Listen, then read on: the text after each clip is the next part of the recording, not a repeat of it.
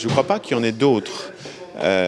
Quand on est en guerre, et semble-t-il à entendre et à voir même les choses, on voit bien qu'on est un peu en guerre, je ne pense pas qu'on peut lutter contre un ennemi uniquement en étant plus fort que lui, en ayant plus de renseignements, plus de tanks, plus d'armées. Je pense que la guerre, c'est comme l'amour, en fait. Si on veut, il faut comprendre l'autre. Il faut essayer de... Donc, en fait, c'est une guerre idéologique. Si c'est une guerre idéologique. Et je pense qu'il faut essayer d'entrer entrer dans l'autre, comprendre l'autre. Et le problème qu'on a aujourd'hui, c'est ça. C'est qu'il y a une méconnaissance de l'autre.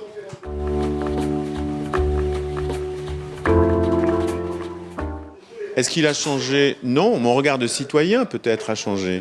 Mais l'écriture, c'est une aventure solitaire. Le thème de cette année, c'est le conflit. Le conflit, c'est évidemment... ça évoque la société. Qu'est-ce que c'est qu'une société? Une société, ça consiste à gérer le conflit. Mais un conflit, ça peut être intérieur aussi. Un écrivain, c'est quelqu'un qui écrit aussi contre soi, qui se bat contre lui-même, qui est divisé et qui essaye de mettre des mots sur ça. Les mots qu'on n'a pas le droit de dire, les mots qu'il ne faut pas dire. Essayer de les dire quand même.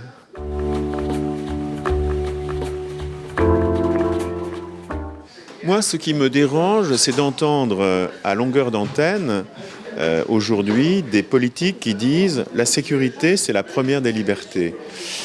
Non, la sécurité, c'est la condition préalable à l'exercice de la ou des libertés. C'est une condition nécessaire, mais pas suffisante. Il y a une mesure qui fait polémique en ce moment, c'est la déchéance de la double nationalité. Est-ce qu'elle vous heurte, comme nombre de citoyens, semble-t-il? Oui, moi je suis assez d'accord avec Christiane Taubira. Ça me donne un haut le cœur. C'est trop facile de dire c'est pas moi, c'est l'autre. C'est une guerre contre... On a des ennemis, mais c'est aussi une guerre... c'est une guerre avec nous-mêmes. Je veux dire qu'on a aussi... il faut se poser la question, c'est notre responsabilité. Je veux dire, moi en tant que citoyen français, quand je vois un Breton converti à l'islam, ou ce qui croit être l'islam, qui va en Syrie, qui revient pour couper des têtes, je me dis, nous, on a un problème. C'est pas l'islam le problème, c'est nous.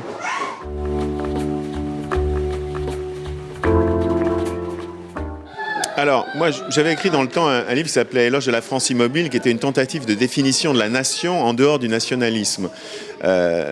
Tout le 19e siècle a été une grande réflexion sur qu'est-ce que c'est qu'être français. Et puis au 20e siècle, enfin dans la deuxième partie du 20e siècle, à partir des années 50, au fond, tout ce qui pensait la société et pas la nation. Et puis on s'est rendu compte qu'il y avait des partis un peu extrémistes qui reposaient la question de la nation, qui prenaient d'ailleurs un sens dans le cadre de l'Europe, etc. Je pense qu'aujourd'hui, bon, c'est vrai qu'il y a certaines, je vais être honnête, il y a certaines Marseillaises qui m'ont ému. Je pense à celle qui a été jouée au Metropolitan de New York notamment.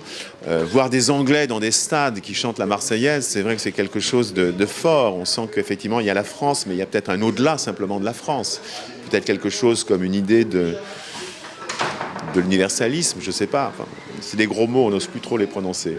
Cela dit, moi, j'ai un problème avec la Marseillaise. Je veux dire, qu'un sang impur abreuve nos sillons, j'ai du mal. J'ai aussi du mal à mettre le drapeau national. Le français, il est critique envers soi. Ça ne veut pas dire qu'on est moins patriote pour ça. Mais on n'est pas. Moi, je me sens pas comme un Américain qui chante l'hymne national en mettant la main sur le cœur. C'est pas nous, ça. Enfin, c'est pas moi.